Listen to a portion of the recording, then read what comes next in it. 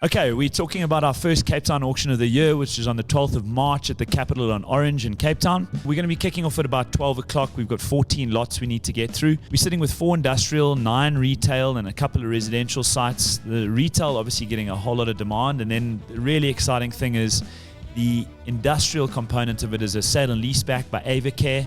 Avacare, obviously a big international business, 10-year lease profile, so this is drawing significant attention, and if it's not sold by the time auction comes, it's definitely going to be sold on the day. So Wes is obviously our MD of Cape Town Auction. I'm just going to sit and go through a couple of these lots to give us a better explanation of what we're dealing with here. Tell us about the Avacare portfolio. We've got the 2 sites, I understand, in Ndebeni, and then they've left the Isando site vacant. So non-core in Isando.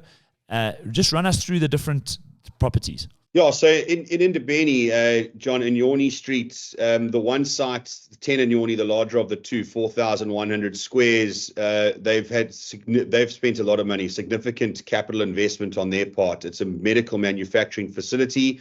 They've obviously got. I understand they make generic medicine.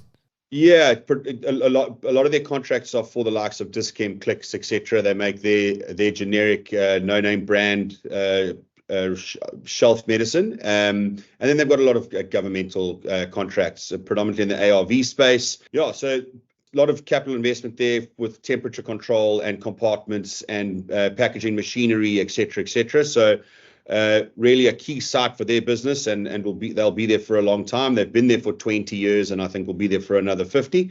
And then across the road from that is their warehousing facility. So, proximity to their manufacturing, and they actually just use a forklift to run all their completed products across the road. And that's a 1,500 squares.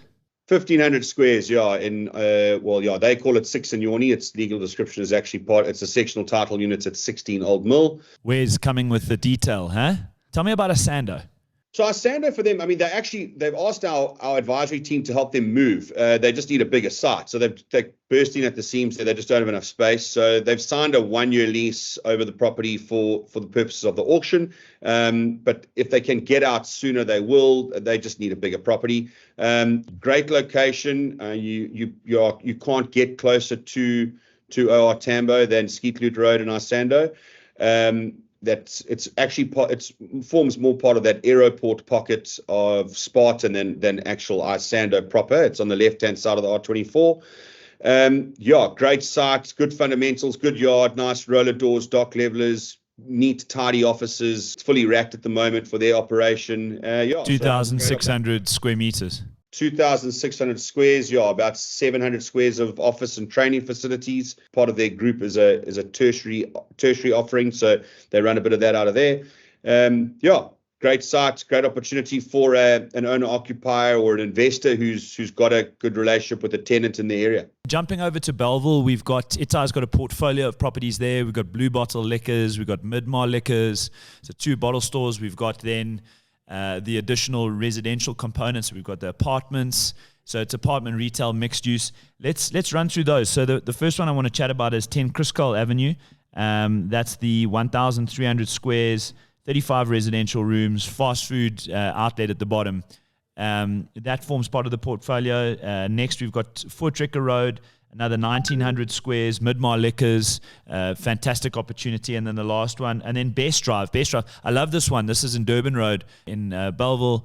And you've got the Best Drive and the Rawson, also the Rawson office. Yeah, so I think, that portfolio is predominantly, very secure retail tenants. If you think of any area like Bellville or anywhere else in the country, your Blue Bottle Liquors, your Midmar Liquors, they're pretty sticky and they tend to be in those premises for long periods of time, as do the Best Drives and Rawsons of the world. Nice portfolio, well valued, good locations, and very easily re-tenanted based on the current rentals should they move. As I said, very sticky tenants, and they've been there for a long time, and I think will be there into the future. This Blue Bottle sits here. It's got 823 square meters. That's a brilliant investment. Yeah, absolutely. Very, very well valued as well. I think a very good rental profile in terms of the rest of the market, and great opportunity on the main drag. Okay, talk to me about Milnerton. These are Tim's properties. We've got 2 mixed-use ones here. We've got the apartment retail, both of them. Apartment retail at the bottom. a mixed bag of tenants. You've got the cafe, you've got et cetera, et cetera. So this is going to be more of a high yielding investment, and well placed. You've got Coburg Road. Yeah, Coburg Road, obviously in Brooklyn, main on the main road as well, sought after by the tenants and owners in the area. We've had a lot of inquiries about these properties as well, from people looking for occupation just to actually tenant it, and obviously the owners in the area trying to get that foothold on those properties and up and down that retail stretch. Again, not a lot of vacancy in that area. Again, very well rented in comparison to the rest of the market. And great opportunities, I think, for some high yielding assets. Okay, 3 of my favorites now. We got Nursery Road, Rosebank, newly renovated, residential, tenanted in that student zone. So I'd imagine some of the tenants are students, some of them are normal. It's not necessarily a student digs, but it's newly renovated.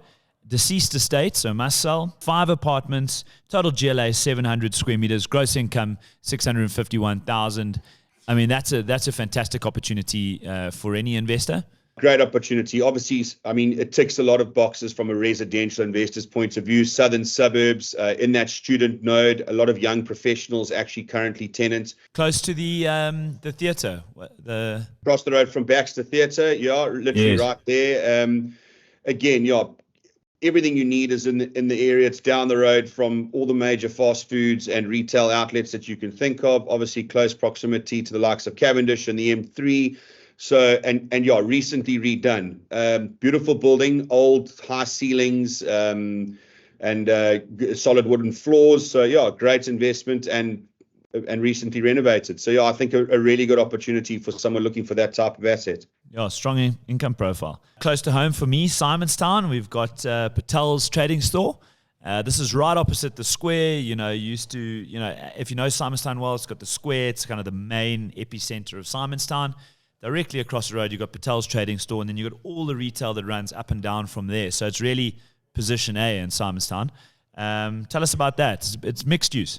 Mixed use. Literally, as you say, it's the middle of Simonstown.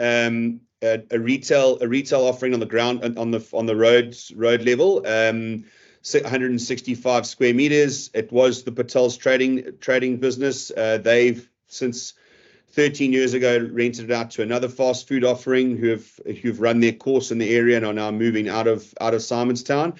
And then upstairs, a 5-bedroom apartment. Again, heritage building, old school, nice high ceilings, solid parquet floors, big bedrooms, big lounges, over I think 335 square meters, the resi section of it, balcony with a view of the ocean. So a really nice opportunity.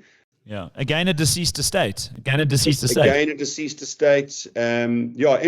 Interesting property, actually bought by the Patel family when there was still the Group Areas Act, and got special permission from the mayor of Simonstown at the time to be able to purchase the property. So it's got a good story about it, and a really, really great opportunity. Yeah, that one's going to try. I mean, we've seen the registrations coming in already for our registration's already in, and we've got, I think there's a huge interest at the moment.